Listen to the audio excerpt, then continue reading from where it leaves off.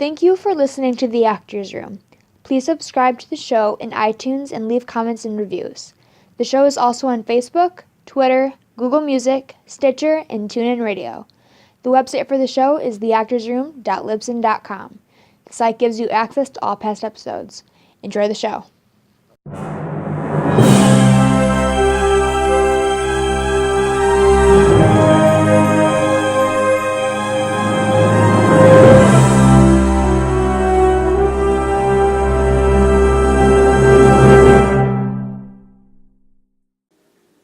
He's a killer. He's dangerous. This was said by Anthony Hopkins about Gary Oldman's acting.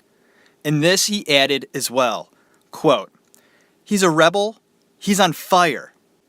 He's a destructive crazy man." End of quote. Others say they could see that something bubbling inside him, and you never quite knew when he was going to explode. Quote, "He wears his emotions right on the surface of his skin, like a 15 million volt watt wire that had been cut." End of quote. Here's another one I like. "He's like a suit, hanging in a closet, ready to be worn." Friends would go on to say that they feared he was pushing himself too hard. Oldman has said this about his acting, quote, "In film, you get very little rehearsal, so you do your work at home. Do the homework, lay the groundwork. Then you should easily be able to switch it on and off." End of quote. Sid and Nancy, Prick Up Your Ears, Chattahoochee, State of Grace, JFK, Dracula, True Romance, Romeo is Bleeding, The Professional, Immortal Beloved, The Scarlet Letter, The Fifth Element, Air Force One, Harry Potter, The Dark Knight, The Book of Eli, Darkest Hour. Just a few examples of this man's brilliant work. It wasn't an easy road for Gary Oldman. In fact, it was fucking hard. But you know what? That's the saying, right? Whatever doesn't kill you makes you stronger. Welcome back, everyone, to The Actors Room, episode number 18. And here we are, once again. We are going to highlight the extremely talented actor, dedicated actor as well, Gary Oldman. And I have to tell you, this episode, for me, is going to be a fucking blast. I have looked up to this man since I saw State of Grace, which was in New York at the age of 20. So I'm 41. That's 21 years. I have studied him, enjoyed watching him, because he is truly amazing. Now, we're going to talk about his work, of course, and we're going to talk about him as a person as well. He is very truthful. I found out through my research. He doesn't beat around the bush. He tells it like it is. He has a mind, and he uses it. And I think that as an actor, he approaches his acting in the same way. He isn't afraid to go anywhere within himself, with people around him. He is not afraid of anyone or anything, of any moment. And that's what helps him be a great artist. An actor who shows confidence and the will to do it. It will show through in his work. And it will come through, and the audience will finally see that. It's something rare in the theater and in the movies. That it factor that I talked about with River Phoenix, well, that is the same thing with Gary Oldman, I feel. He has that it factor too, and not only the it factor, but he can also bring us to our knees with just his intensity. Yes, perfect word to describe Gary Oldman's acting, and him as well. If you watch him in interviews, you will see that he's very intense about what he's talking about. There is no bullshit with this guy. And we're going to get into talking about Gary Oldman, one of the actors that I look up to very much and I feel is right up there top 20. Has to be. and he has to be discussed and talked about, and watch his films. So here we go, episode number 18 of The Actors Room. My name is Jeff Tarowski, and I hope you enjoy this show. Gary Oldman spoke to us with the same brutal honesty he depicts in his film. It was a story that I needed to get out and tell. I had no great desire just to sort of direct a movie for the sake of it. As you hear some actors sort of say, it's a natural progression, and I thought it was the next, or I wanted to try it out, and I didn't have any great desire to throw a camera around for the sake of it. And so it was very much the story. And I've just got frustrated with a certain trend also in the last couple of years. I'm not saying it's bad, but one would imagine that cinema started with Reservoir Dogs, and people coming in and shooting one another up, and it's all trendy, and and it's all wisecracking, and it's absolutely sod all to do with life. It's movies imitating movies, imitating movies, imitating movies, and there's a lot of other wonderful filmmakers, Rossellini, Pasolini, Godard, Truffaut, Cassavetes, and I just got sick of seeing it, that trend. I thought, when's someone actually going to make a movie that's really take the gloves off and get honest with it, I'm a recovering alcoholic. My father died of it, and I know a lot of people who have been really, really damaged and destroyed their lives and are dead from it, And as much as, in a way, I enjoyed the cinematic experience of leaving Las Vegas, I can't say I really believed a great deal of it, because, bottom line, you're not that charming, you stink, and you bleed from your asshole when you drink like that. And so I got just a little... it was... Neil by Mouth is, it's not going to be everybody's cup of tea, but it was a movie that I wanted to see, and that's why I made it. I wanted to see something that was from your heart. I don't know who said it. Maybe it was Sean Penn. He said acting was like driving nails into your head, And at least when you're directing, you're welding the hammer. That guy has a lot to say, and it's wonderful to hear him talk about certain things.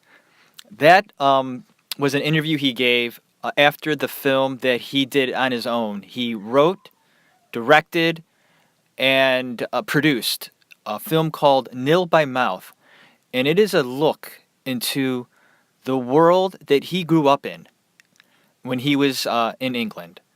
So that is a movie that I would recommend any Gary Oldman fan to watch, because it is raw, and it is not for everyone. But it gives you a glimpse into his life. Gary Leonard Oldman was born March 21st, 1958 in New Cross, London. And Oldman states that he was born in his apartment right there in the bedroom. His dad, Leonard, was a former sailor who later became a welder, and his mother's name was Kay. Gary's father was an alcoholic, and he would sit at his local pub and drink most of the evening, come home, then fall asleep. And then his dad left the family when Gary was 7 years old. Another common theme in the lives of actors, their fathers jumping ship. Another one. What a surprise. Go figure. The other actor that I just did, River Phoenix, well, he didn't have the greatest father either, but at least John Bottom, that was River's dad, at least he was a part of his life. He may not have been the prototypical father, okay, like the Leave It Beaver father, but at least he was around. And that was one of the rare cases in these actors that I highlight. The only other one I can think of was Robert De Niro. His dad and mom divorced when Robert was, I think, very young. I think it was 3 or 4. But I think Robert's father was a part of his life, though.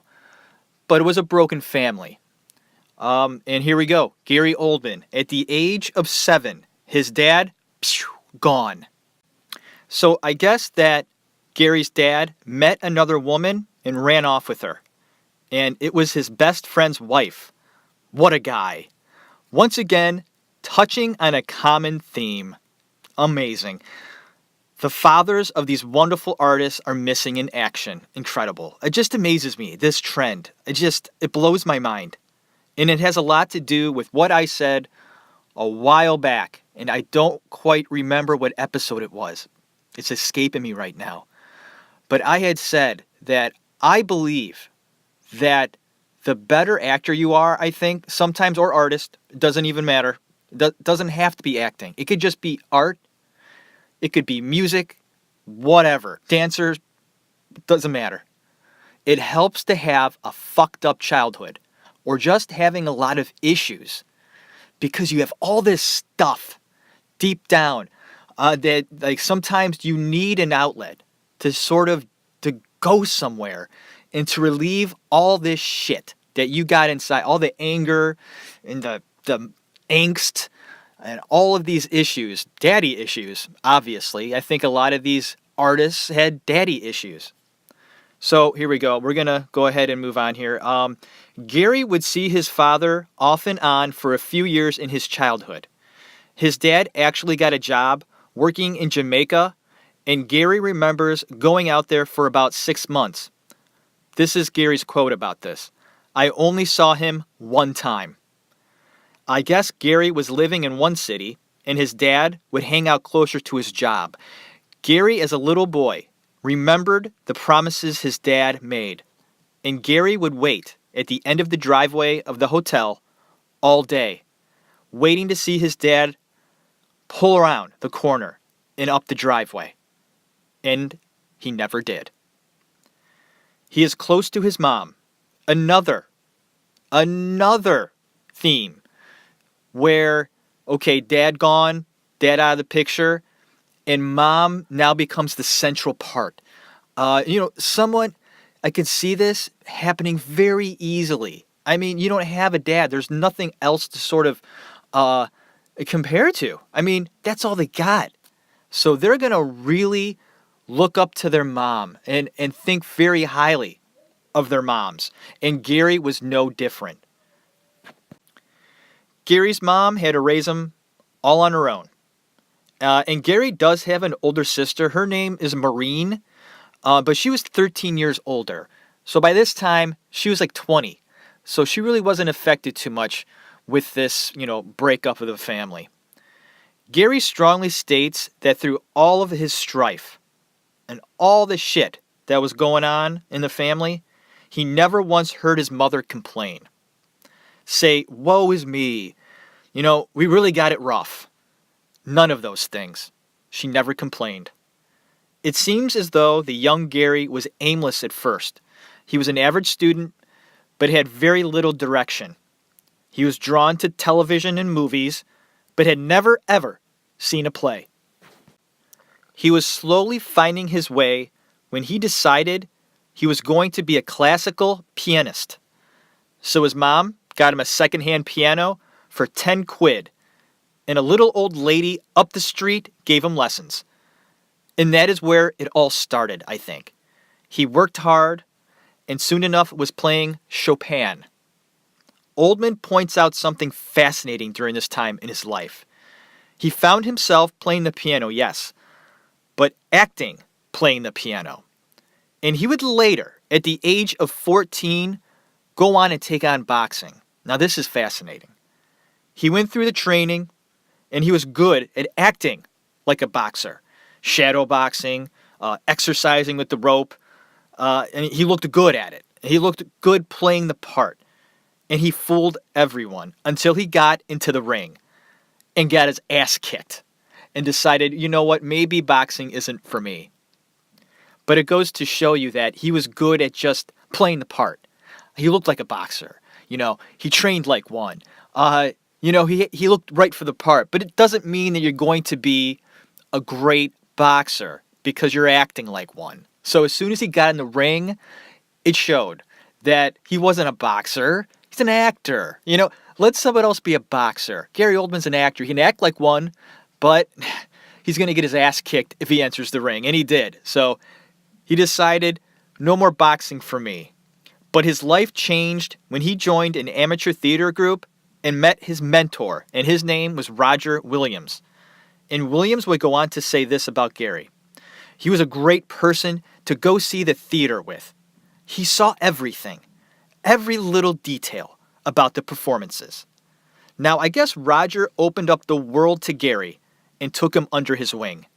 He opened up his eyes to the world for the very first time, and Gary took notice. Gary only had one school in mind to study drama, and that was the Royal Academy of Dramatic Art. Now, here's a good one. Gary auditioned for this school, this academy called the Royal Academy of Dramatic Art. Well, he auditioned there. Great school, right? And they had this to say about his performance in the audition. Quote, "It might be a good idea to think about something else to do for a living." End of quote. Wow. Woo! Woo! That's gotta hurt, man. What did Gary do? He probably said under his breath or in his mind, "Fuck you." Turned around, walked out with no confidence at all taken away from him. He had one thing on his mind, and this Royal Academy of Dramatic Art didn't know what the hell they were talking about. He wasn't going to stop trying to do... Oh, I'm sorry. One of the mistakes that I had made in my life, studying acting and being an actor in New York, was people would ask me what I did for a living. They said, "What do you do?" And you know what I would say? I would say the wrong thing. I would say, "I'm trying to be an actor." And then I remember this one guy saying to me, he goes, What was that? What did you just say? I said, "Well, I'm trying to be an actor, you know." And he says, "No, you are an actor. There's no try. Either you are or you aren't." And that really, I started questioning what I was really doing. How hard I was really trying. And to think about that. And even now, even today, my older self back then, and how maybe I wasn't giving it that 100%. And it hurts me to say it and to feel that and to be confronted with that. That's some powerful stuff. And when you're not giving that 100%, that's where the 95% of the people who don't make it in acting, that might be the category they fall into. Sad, but probably true. So, Gary went ahead to attend Rose Bruford Drama College. So he got into there just fine. I guess his mentor, Roger Williams, kind of pulled a few strings for him, and he got into this college. His drama teacher in this college felt Gary to be a loner. He wasn't one to go out and join all sorts of groups, things like that. The thing is, Oldman was in a world he wasn't familiar with just yet. He took a step back and looked at where he was. He claims that he attended the dancing classes and had to wear tights. He never saw a man wearing tights before. I hear you, Gary. I do. I had to do the same thing at the neighborhood playhouse. We had to take ballet, and so did Gary. It was weird, man. If you're not used to that, putting on tights and seeing other guys wearing tights, kind of throws you for a loop. And I get it. I was there. I was the same way, man. The tights threw me too. But above all, Gary was sincere and truthful in the theater. He was classified by his directors as being a young actor that found it easier to connect with the audience than with his colleagues. Interesting. What is that saying? That teachers and directors felt that he found it easier to identify with the audience than with the person sitting next to him on stage, being with him in that scene. That's weird. I don't know what that means. I'm going to think about that. But that's very interesting. Money! Give us the money! Give us the money! Give us the money! Where's that? I want that money, Dad! Oi. I want it! Wait, cut it out, let him go. He owes us $3, man! I don't care, leave him alone. Who the hell do you think you are? Sid Vicious.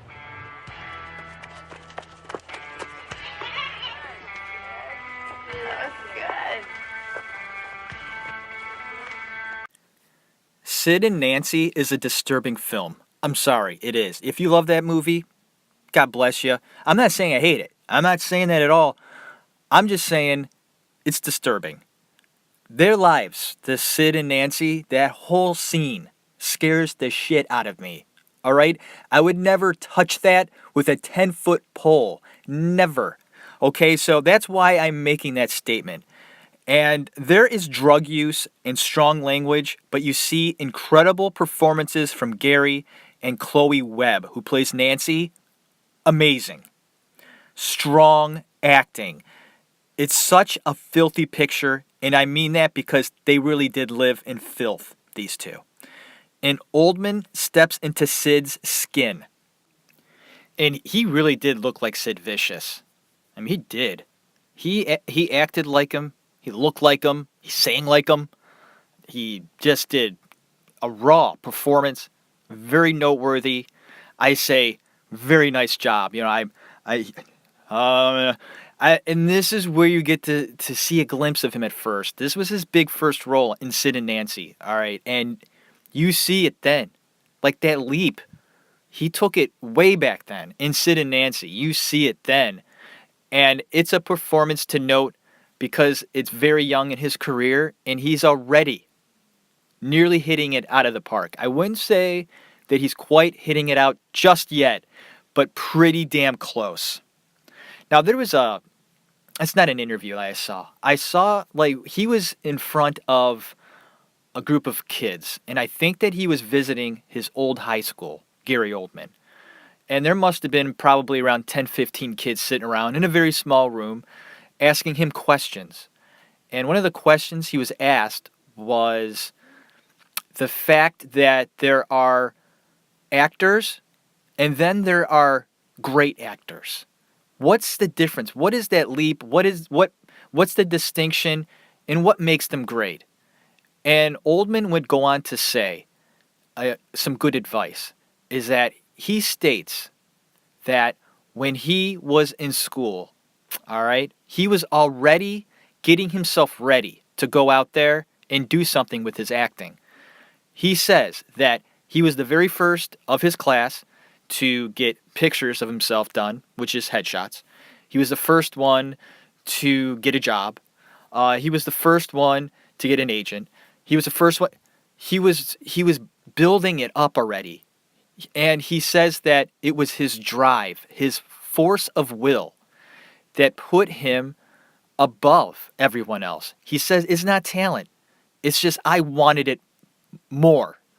And that is saying something right there. And what I just talked about a few moments ago is giving it 100% and wanting it bad enough. You are now further down the road than everyone else back there because you want it and you have it in your head that nothing is going to stop you.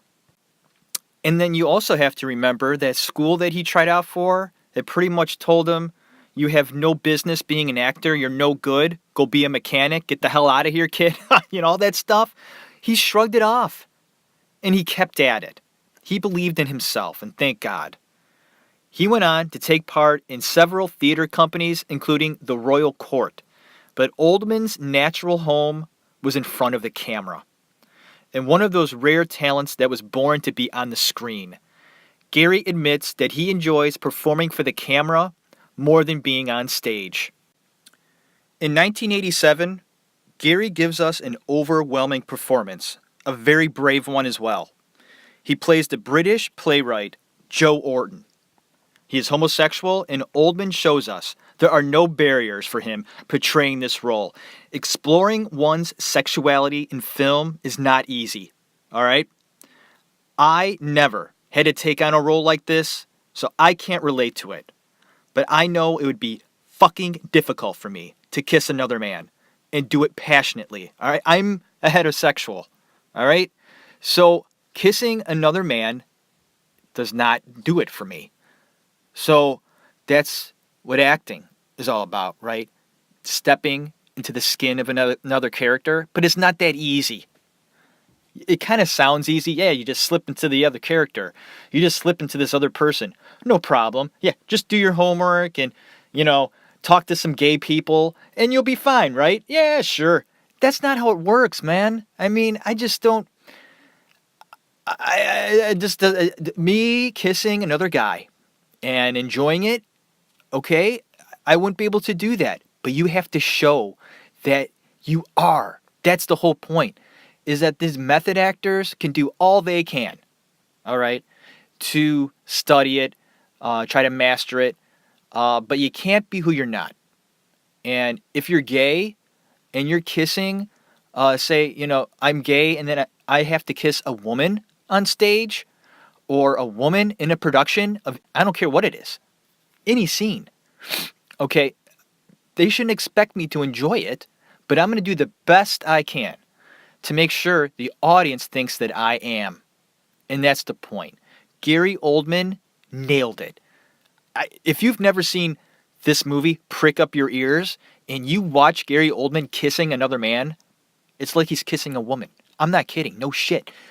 I saw Gary Oldman kissing this man. I was like, whoa. And I'm sorry, I don't watch that many movies about that stuff. I've seen some. And I'm going to be honest with you. It makes me uncomfortable because that's not natural for me.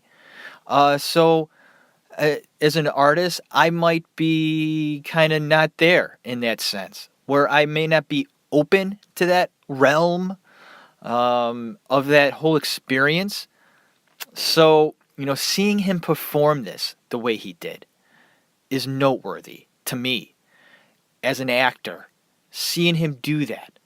And me seeing it and going, I believe it.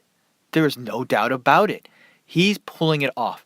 That's the beauty of Gary Oldman. So what I'm trying to say is doing a part like this requires you to break down those barriers. And his next film was Track 29. And this one was interesting.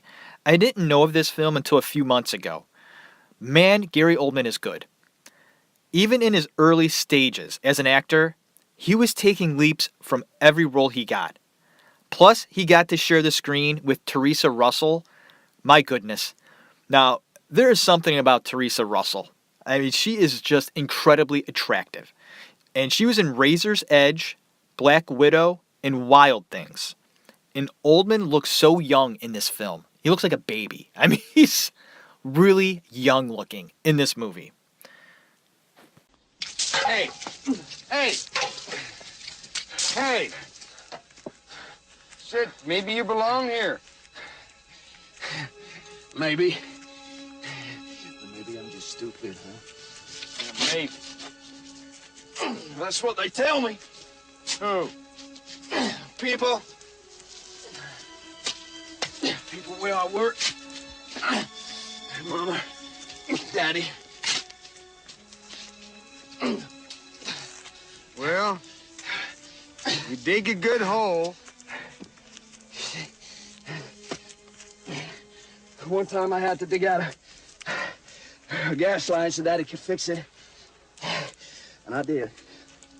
He come home. Boy, he just had a shit fit. He just about tore my ears off. He said I put the dirt on the wrong side. Well, I don't know if there's a rule about that. So, Mr. Daddy, I ain't ever done anything right. She ain't ever gonna get to Miami. Who's going to Miami? No one. Well, who ain't going to Miami?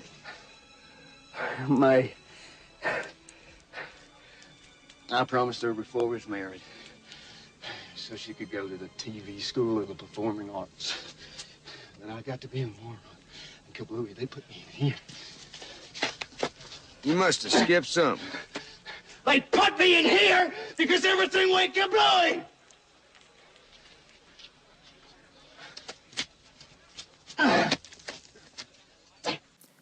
That was a clip from Chattahoochee, and did you hear that? Him explode a bit right there.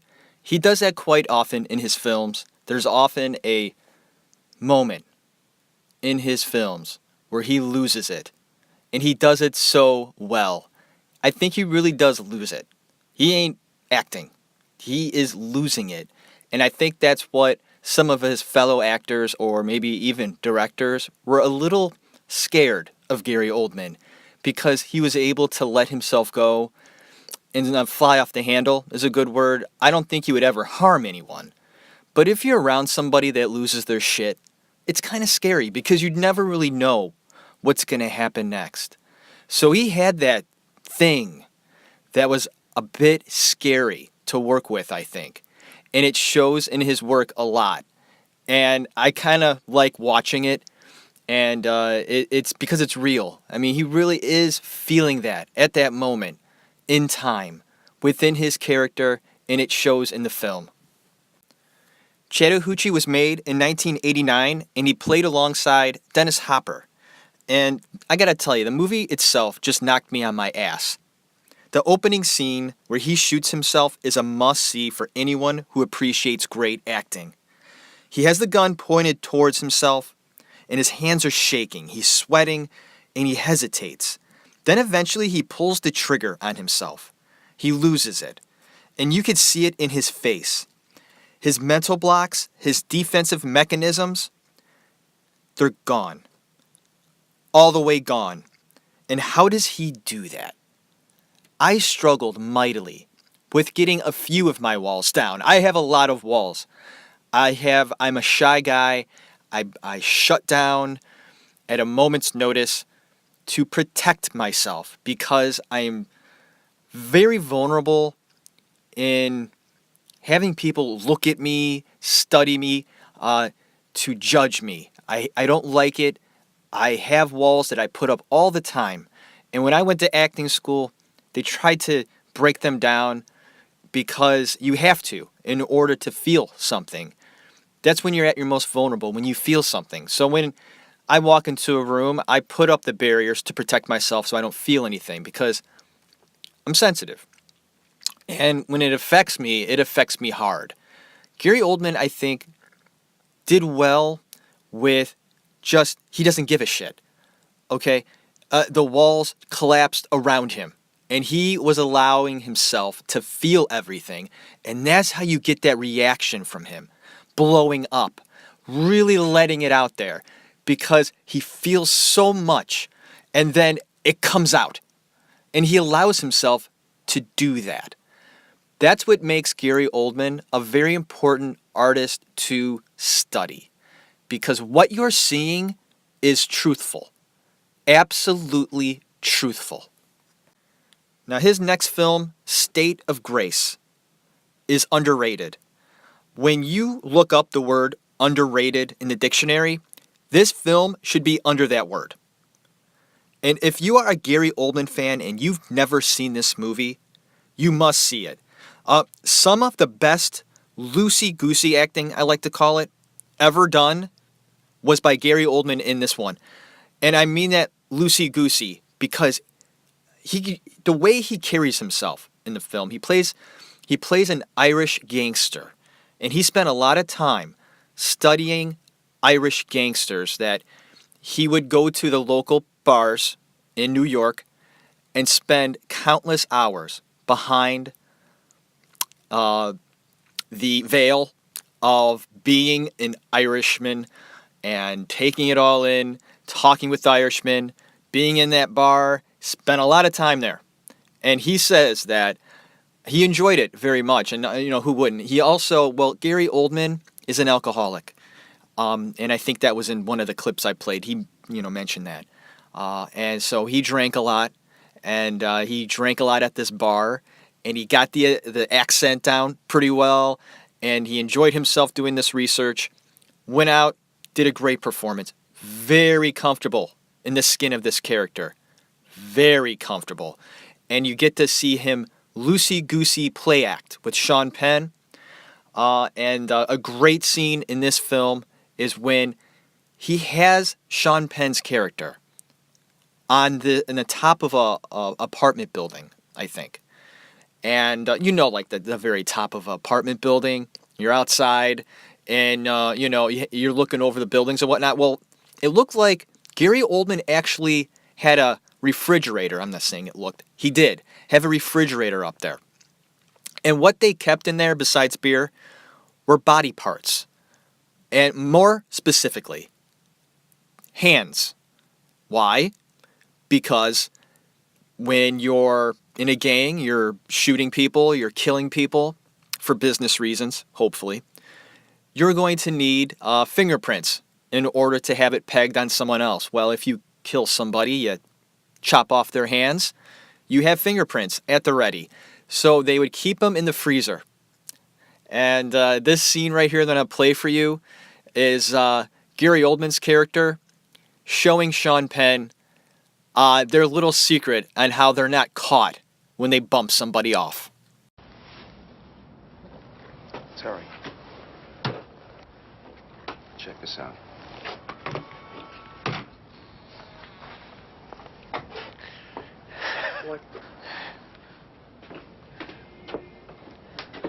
What the fuck is that? It's Frankie's idea. You got your favorite gun, right? He got so sick and tired of tossing away a perfectly good piece after every job. You take your hands, and you take your gun, but you put the prints on the gun, you stash it. The cops find the gun. They're looking for a dead man. This is somebody's hands? Yeah. Hey. What are you touching them for? Terry, me, Flynn. Yo, no, don't fuck with me. No, don't fuck with me. Don't. You're gonna get fucked. The way you touch somebody's hand. You scared? Get the fuck. All right, hands up. Put him back. Just a gem of a film. State of Grace. Wonderful film. Got hooked on it back in the day where I watched it a lot. Haven't watched it in a while, actually. I may have to pop that one in soon. It's just a fun film. It's gritty. Sean Penn I love. There's also John C. Reilly in that film, Ed Harris. And you get to see some great scenes between all those guys together. They work really well together. It's a New York movie. John Turturro is in it as well. A lot of great actors. So why this film didn't do that well, I don't know. It really did not. It was a budgeted film around $18 million, and they barely brought in $2 million in the theaters. But I hope that they did recoup some of that money when it went to video, because I think they might have gotten some money back, hoping that the video sales would sort of up the the profit of this film, which I think it deserved. Now, here are a couple of tidbits about this movie here. Director of this film, his name was Phil, introduced his then-girlfriend at the time, Uma Thurman, to Gary Oldman on the set. And, she became Oldman's second wife eventually, shortly after the film premiered. So that was a quick courtship between the two of them, and Gary Oldman went ahead and snagged Uma Thurman from the director of this film. And the marriage of Uma and Gary lasted 18 months before Uma filed for divorce in March of 1992. Oldman spent a lot of time in the Irish bars, like I mentioned before. He states that he didn't mind doing the research because it involved another thing he loved in his life: drinking. Gary claims that this is his greatest acting performance. And that's tough for me. I don't know if this is his best. I can't say that with Gary. There are way too many great performances he did. It is right around this time that Oldman lived in the United States for a while, mostly in New York. I love New York, he says. I just love it. All right, I want to point this out about Gary Oldman and a little story here, actually a little quote that he gave in an interview.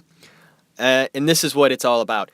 Gary Oldman and his honesty about the work and the method and how he goes about it and how he approaches a role. Okay, he was asked a question about what is the most annoying thing about being asked about your method. And he says, and this is his quote, "I'm at press junkets doing the interviews about the film, and they ask me, Gary, How did you go about doing your research for this part? So I think to myself, it's a science fiction thriller. And I say, I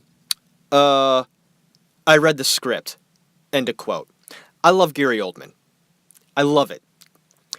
JFK came in 1991, and this has got to be one of the most entertaining and information-based movies of all time. I believe this to be a great masterpiece in modern cinema. JFK is one hell of an accomplishment for Oliver Stone, the director of this film. He is a very intelligent man, and he has a lot to say. But I will stress this. JFK is a movie, okay? I will say that one more time. JFK is a movie. I, for a while, believed what this movie was based on. And I thought it was based on fact. Not true. This movie is based on theory. And it's fun to watch. And Gary Oldman portrays Lee Harvey Oswald brilliantly. Not much dialogue for Oldman, but he doesn't need it. He captured all the nuance of Oswald. Now, Oswald was a tragic figure in American history, of course. And Oldman's performance is uncanny in regards in mimicking Oswald, especially in the scene where that famous the press scene where he's up there and they're asking him questions and he just looks so, of course he's all baffled about what, he's just, Oswald himself is just a mess at this point. And they're just bombarding him with questions. And Gary Oldman's voice as Oswald was dead on. Just so good. The accent, the way he looked, the way he moved around as Oswald, just well done. The posture, everything.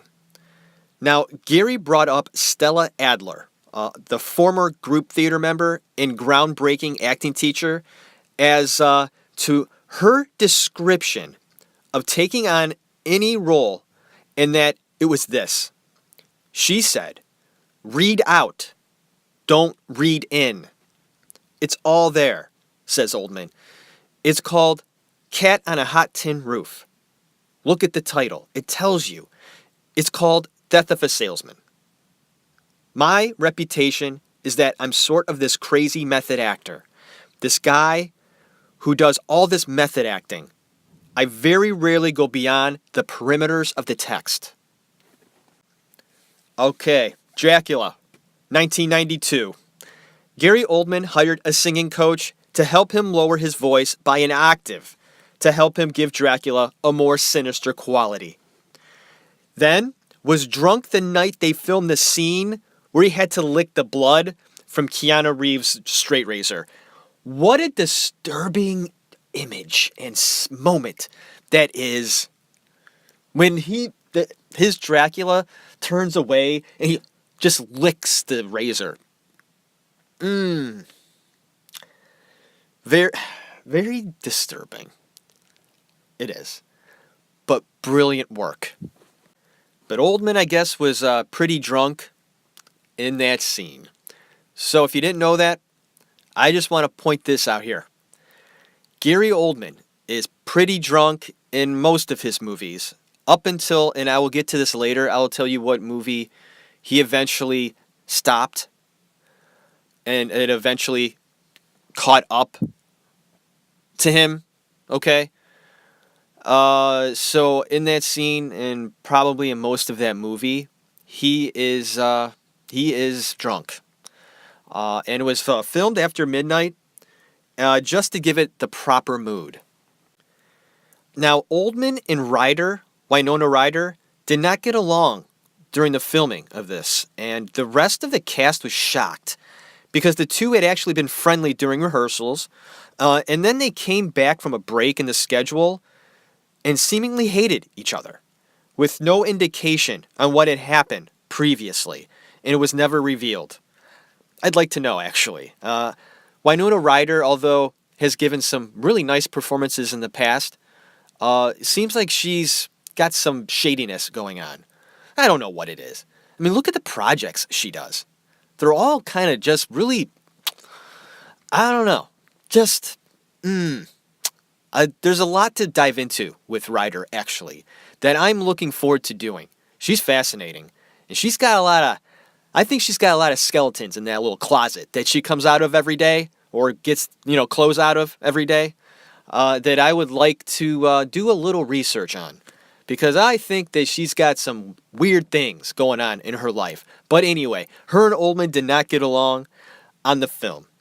But the makeup and costumes that Gary wore in the film are remarkable.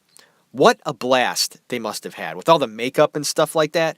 But also think about this, the time and effort it took to get him ready for shooting every day. And I'm sure it took hours.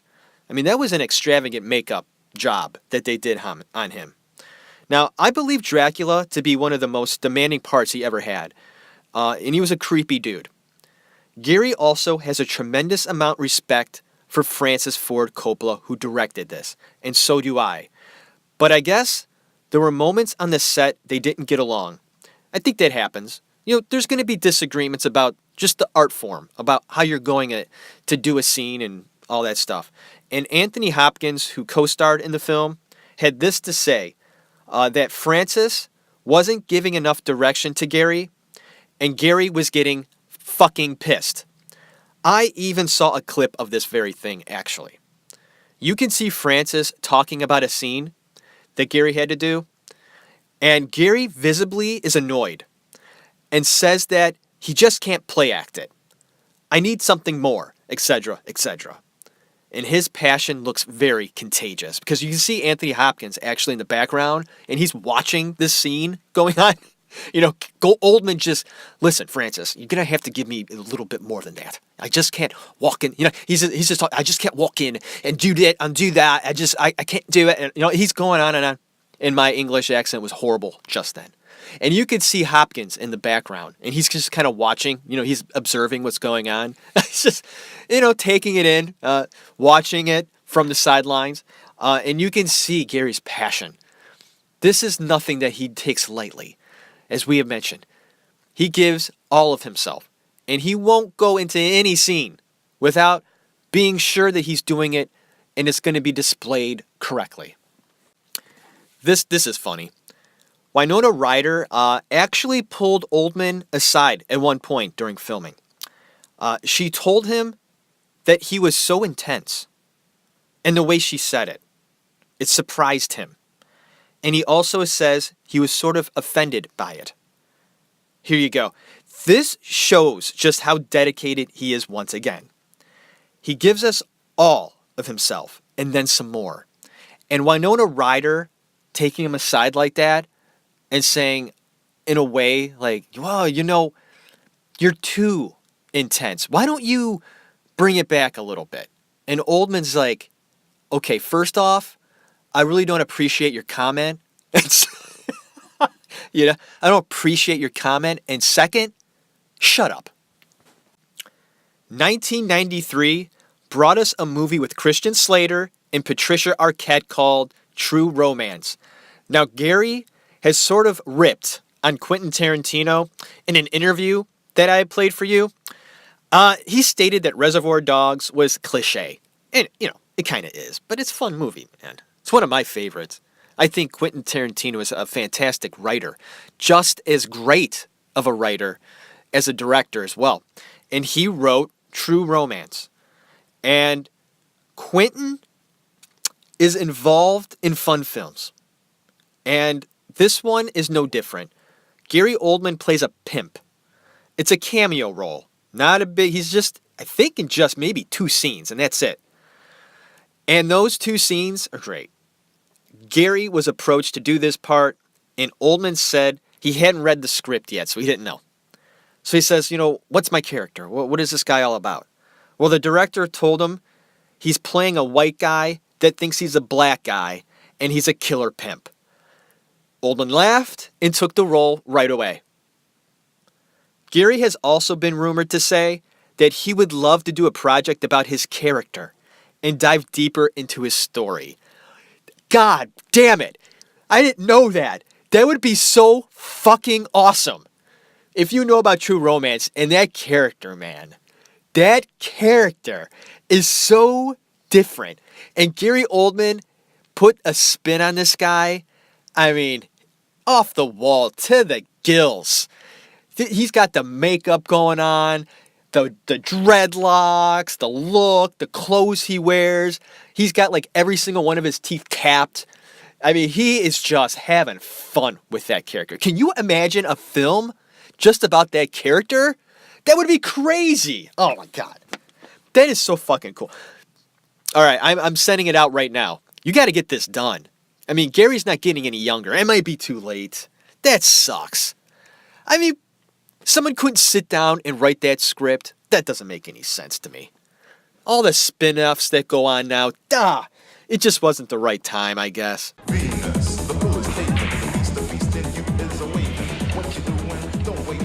He was asking about Alabama. Where the fuck is that bitch? She's with me. Who the fuck are you? I'm her husband. Yeah. Well, that makes us practically related. We have a seat, boy. We have your sofa egg roll. We got everything here from a little eye Joe to damn if I know. No thanks. No thanks? What that mean? I think you're too scared to be eaten.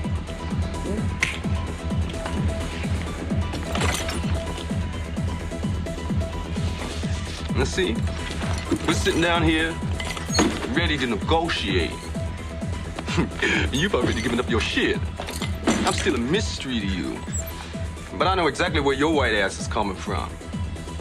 See, if I ask if you want some dinner, and you grab the egg roll and start to try down, I say to myself, this motherfucker, he's carrying on like he ain't got a care in the world, and who knows?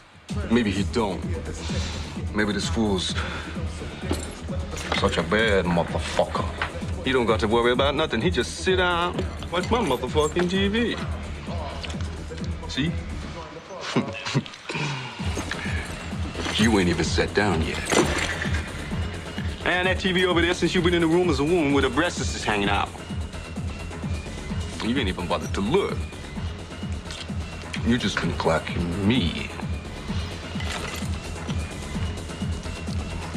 I know I'm pretty, but I ain't as pretty as a couple of titties. Ooh-wee! This shot fits.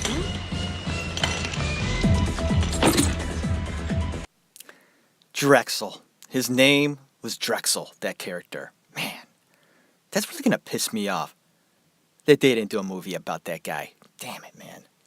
Okay, I have to refocus here and get back to talking about Gary Oldman. So I'm talking about Gary. So that's okay, right? Because Gary is so good at what he does, it's safe to say he plays a good deal of psychopaths. And I found during my research that directors and writers have agreed with me on this point. Gary uses his difficult childhood and uses that deepness in his work. Gary's manager, Douglas Urbanski, has said that he feels Gary to be an enigma in the industry, and I'll explain why. He keeps the movie business kind of guessing on what kind of an artist he is. Is he an art house actor, or is he a movie star? Now, the art house people think he's a movie star, and the movie star people thinks he's an art house actor. When you think of it, that is kind of brilliant. And at this stage in Gary's life, he started to feel a bit overwhelmed with success. He was making an enormous amount of money. And when you mix that with an enormous amount of alcohol, there are problems. Gary admits he was sucked into portraying an image of success. He married Uma Thurman, for example, and dated Isabella Rossellini to play the game. And he felt he was playing it quite well. I want to go ahead now and touch on Gary's alcoholism. He confesses that the drinking itself reached an alarming degree. When asked how much he would drink in one day, his reply, 2 bottles of vodka a day. That is simply heartbreaking to me. That someone like Gary Oldman felt it necessary to drink 2 bottles of vodka a day. Now, my heart goes out to anyone that has to consume that much alcohol to get through the day. Now, he claims that his drinking really didn't affect his acting until he did the Scarlet Letter, and he could see that something was wrong. He went up to do his scene. The cameras rolled, and he couldn't remember his lines. It went blank, and later that day, he had to get an earpiece to have someone read him his lines. That woke me up, he says. That woke me the fuck up. Okay, I'm looking at my time right now, and I'm right about an hour. Okay, I think I'm gonna do part 1 and part 2 for Gary Oldman. I guess that's what it comes down to, because I'm not even halfway through with his career. And there's no way I'm going to cram it all in to an hour and a half episode and sort of just not give Gary Oldman the time he deserves.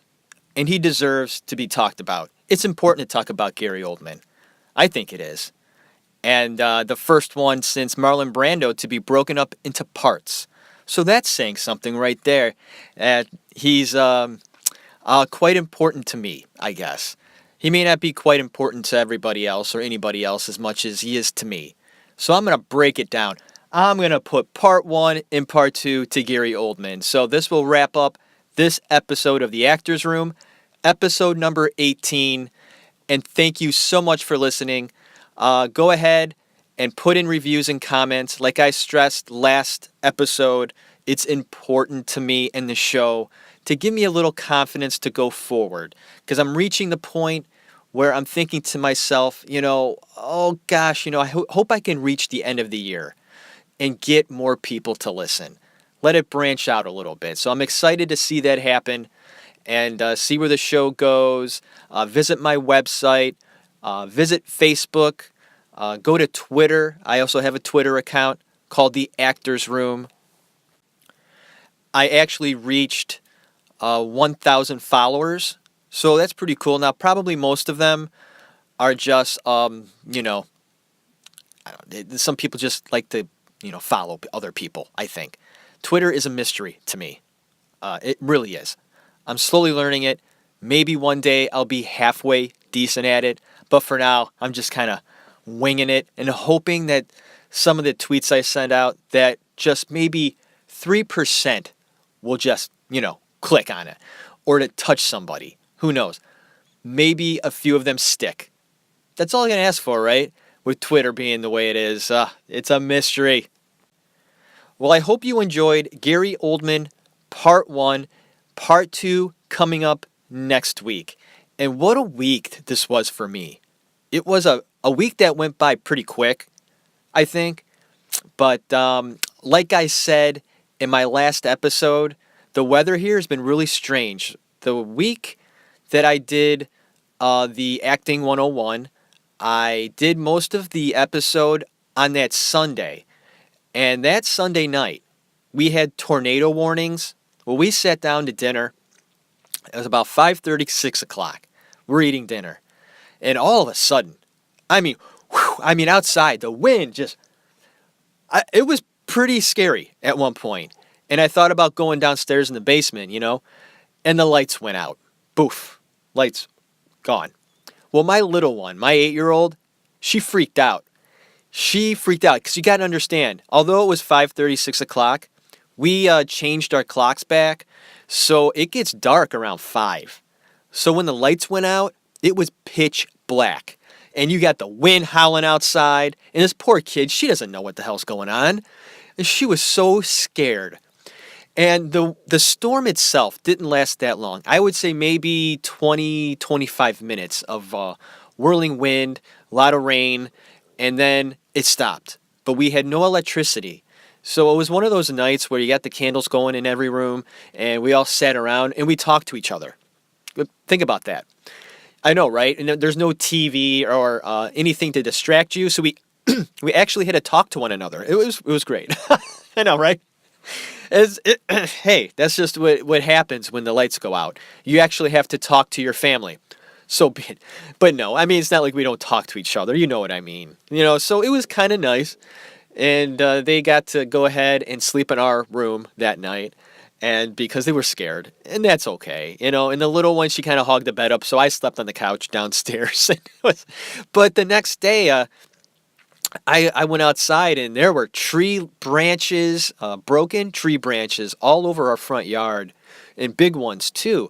So I lugged them all the way to the backyard, and noticed that my siding had come off. The storm was that bad. My siding was coming off in the back of the house. And then later on that day when I came home from work, my gutter was damaged as well. I'm like, son of a bitch.